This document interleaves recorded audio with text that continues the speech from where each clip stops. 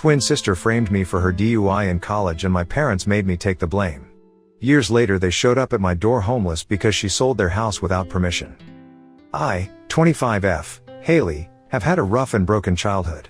I have two older brothers, Hunter, 30M, and Harold, 28M. I also have a twin sister, Heidi, but we are estranged. At this point, I mostly just talk to my brothers, but that's about it. I do not have contact with my parents, 60M and 56F, either. I haven't been in touch with them for ages now, and I had never thought the day would come when they would reach out to me again. I fantasized about this day a lot. For years and years, I kept thinking about what would happen if they started talking to me, and what would happen during that first call or meeting after so many years of being estranged. It always either started or ended with them apologizing to me for treating me like crap and ruining my future. Never in my wildest dreams did I imagine that when the day finally came, they would actually hurt me even more in different ways. Our parents made it very clear that they didn't want 4 kids. They had wanted 3, planned for 3, and everything around them was mentally structured around the life they would have had if there were just 3 of us. But there weren't. Heidi and I were twins, and nobody expected that. One of us, and soon they made sure everyone knew, was an extra, so to say. The extra was me. They never said it directly, but that's how they made me feel every single day of my life. I was the one that wasn't supposed to be there but still was, and I was always reminded of that fact just by my parents, though. I'll always have to be honest about that. My brothers and I have always been close-knit. They had my back even when I was a kid, and honestly, I never really knew where I would have been if it weren't for them. They kept me sane in that stupid house, and they kept me sane after it. The discrimination started pretty early on.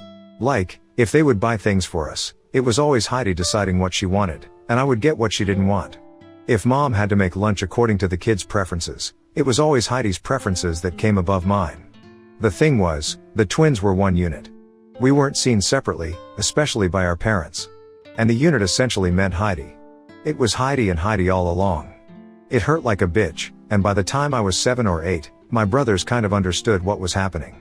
I don't know why it did, but it affected them, and in their own way, they tried to include me in things and activities. To my parents, I wasn't Haley, I was just not Heidi. And Heidi loved the attention. She lapped up every last drop of it like a hungry dog. She loved being the center of attention, and gradually, things got worse.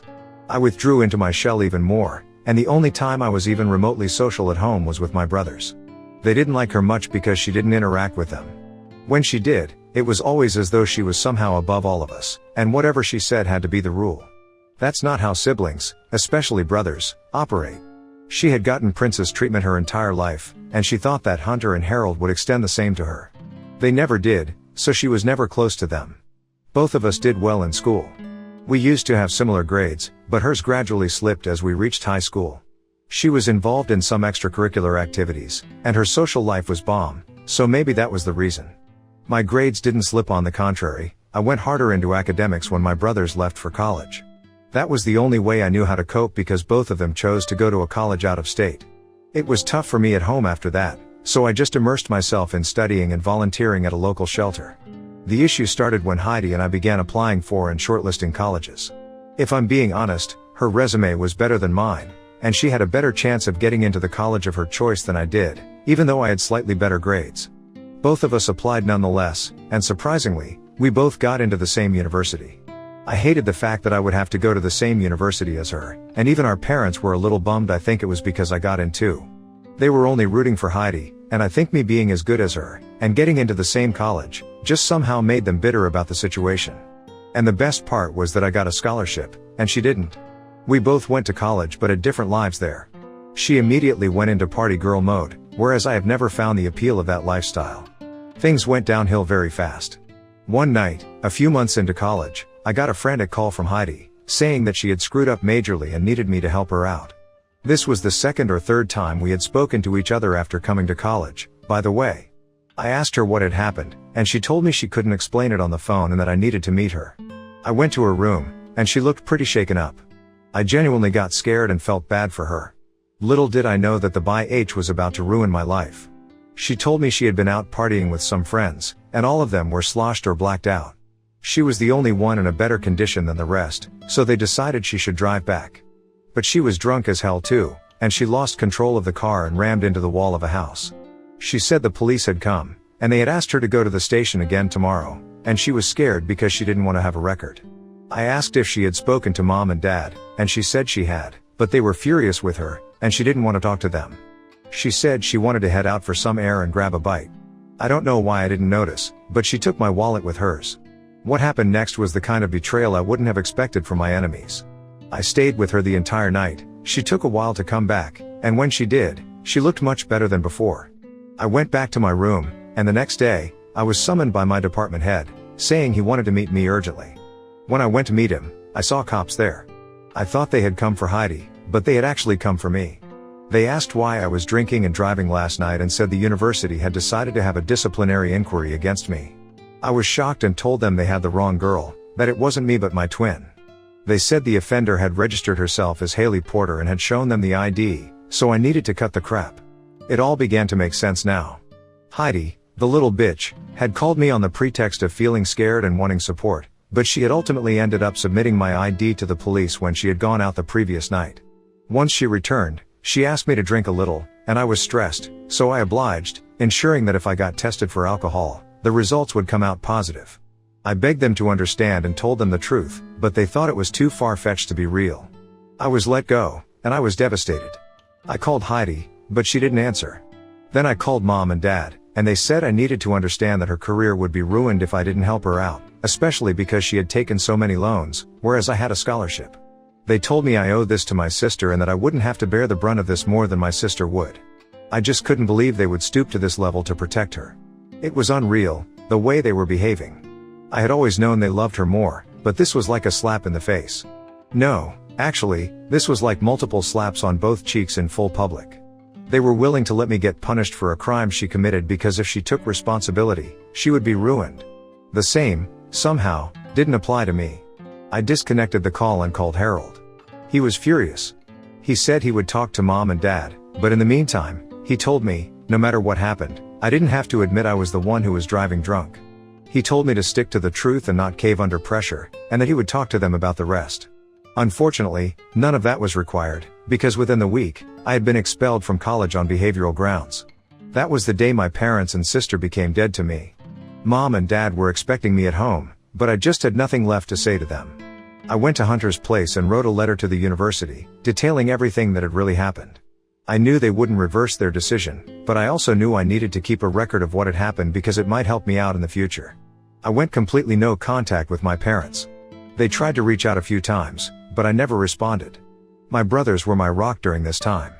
From what they tell me, and I don't ask much, if I'm being honest, they ripped mom and dad a new one and made sure the extended family and some of their friends knew what really went down. They say mom and dad are kind of ostracized from the larger community because of this little misadventure. Hunter and Harold are low contact with them too. They say all their lives, mom and dad have only wanted to be parents to Heidi, so we're just granting them their wish.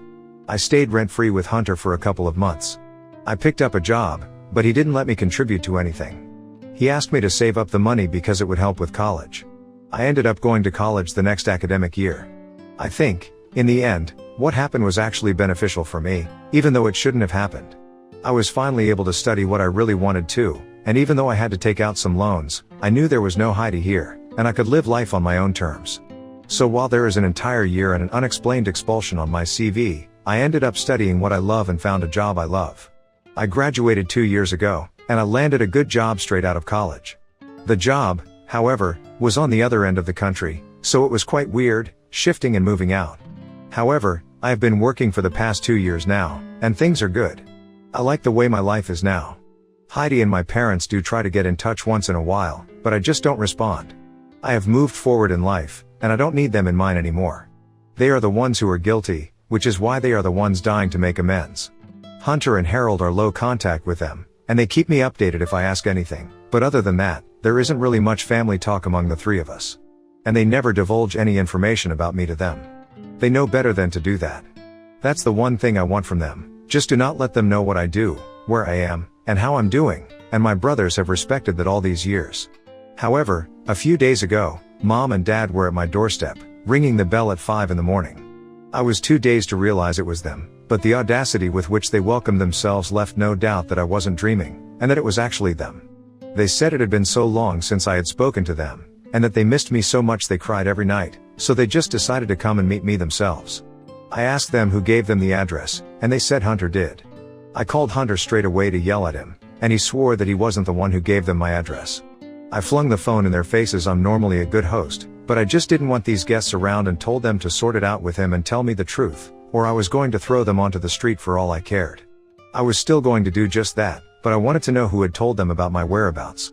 They tried gaslighting both Hunter and me, but deep down, I knew he wouldn't do something like this. This went on for a while, and I told them that if they didn't come out with the truth within the next 15 minutes, I was throwing them out nonetheless. The thing was, they had come with suitcases. Many suitcases. And it looked like they were planning to live here. I don't know who or what gave them that idea. All I knew was that they weren't welcome in my house, not by a stretch. They could go wherever they wanted, but I wouldn't let them stay here, no matter what. They tried stalling again and laughing it off. So when the 15 minutes were up, I started picking up their suitcases one by one and keeping them outside. That's when they realized I was serious, and I wouldn't let them stay until they came out with the truth. That's when they said they had gotten the address from social media. They had been following my accounts using fake accounts for a couple of months, and that's how they got to know where I live. So they were basically stalking me virtually. I honestly don't know how someone can find out my exact address by stalking me on a few socials, but I was too sleepy for their crap. Especially since all this was happening on a Saturday. I told them I was going to go to sleep for a couple more hours, and they were welcome to sleep until then as well. However, after that, they needed to get out of my house and never show me their faces again. I told them they could use the time I was sleeping to find alternate accommodation or book a ticket to whatever godforsaken hole they wanted to go to, but my hospitality to them wasn't going to extend beyond that.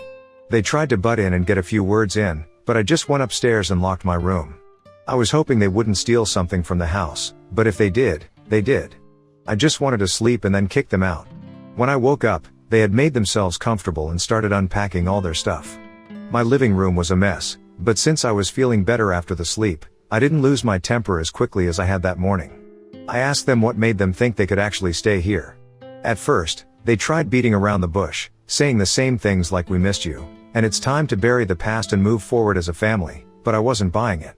I pushed a little, and my mother finally broke down. And when I say broke down, I mean she literally broke down sobbing like a hurt child and wailing. It was weird to watch, honestly. She tried saying something, but not even 1% of it was coherent, so I asked my dad what was up, and he revealed the truth to me. He said they had been kicked out of the house and now had nowhere to go. I looked at him in disbelief and asked how the hell he was kicked out of his own house. He said a few years ago, in college, Heidi started getting into a lot of crap. She was involved with the wrong people and ended up screwing up her academics altogether. She was expelled from college, and then she promised them she would turn over a new leaf. She got into another college but without scholarships, and her criminal record, they mumbled this bit, and I spat out my water, stood in the way of her getting loans. Long story short, Dad and Mom gave one floor of the house to a couple to rent. They were sketchy people according to them, but they trusted them because Heidi had brought them in.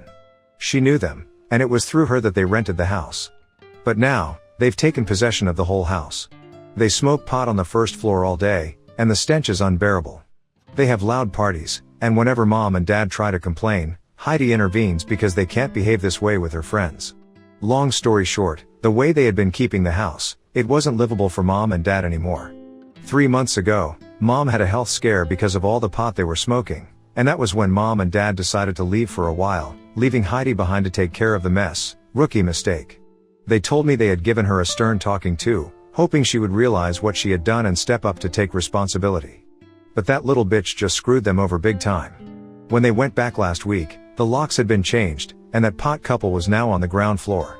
Heidi wasn't picking up their calls, and when they said they would call the police, they got the shock of their lives. Heidi had, behind their backs, sold the entire house to her friends. She must have forged signatures and documents, but the house was now in the possession of her friends.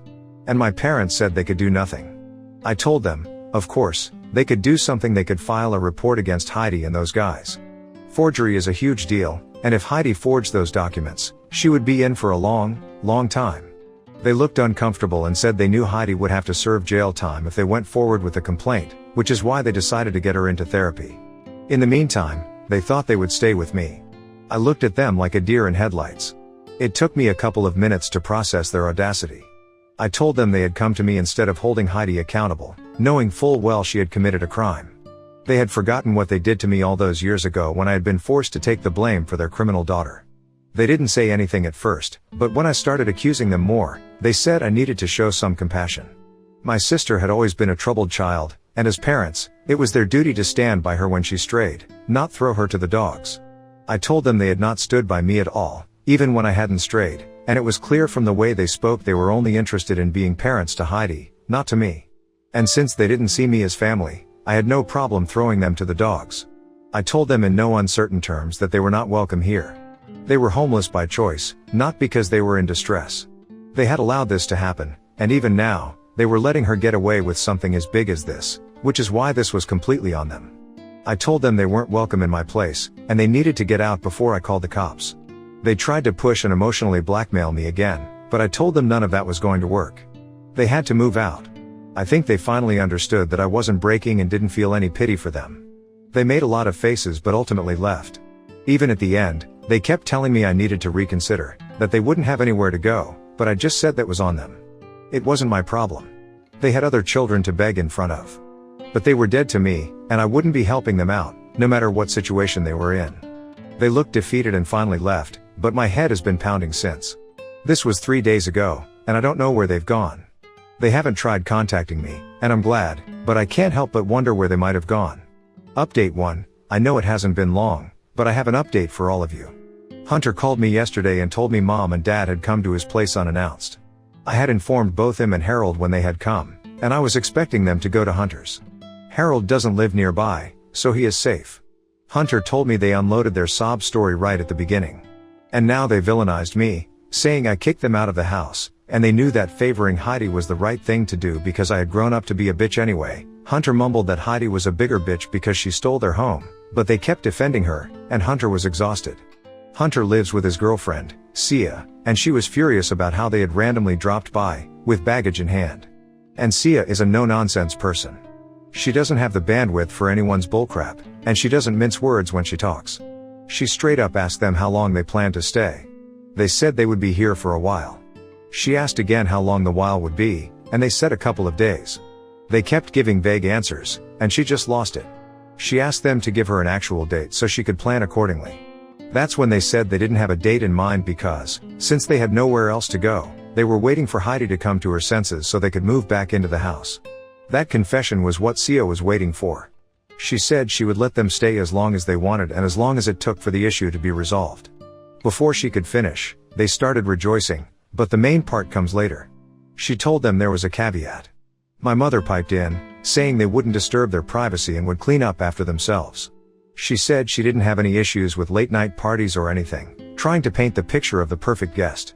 Sia laughed and said that wasn't what she was talking about. She said she would let them stay only if they pressed charges against Heidi and took active steps to regain possession of their house. Hunter told me it looked like someone had stabbed them with a dagger.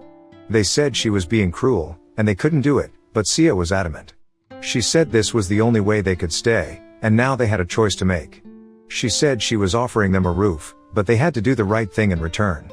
If they still chose to protect Heidi, that was on them, and they couldn't turn around and blame their kids. And, to nobody's surprise, they refused. They said they would rather be homeless than turn on their child, and she congratulated them and kicked them out.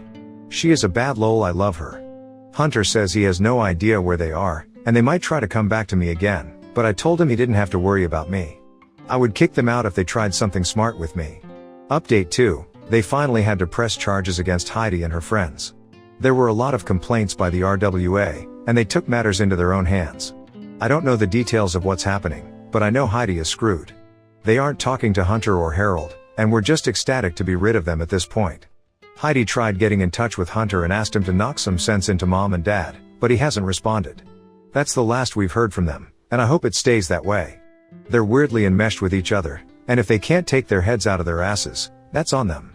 I have tried really hard to build this life, literally from scratch, and I will not allow them to come and crap all over it. That's just not how it goes with me.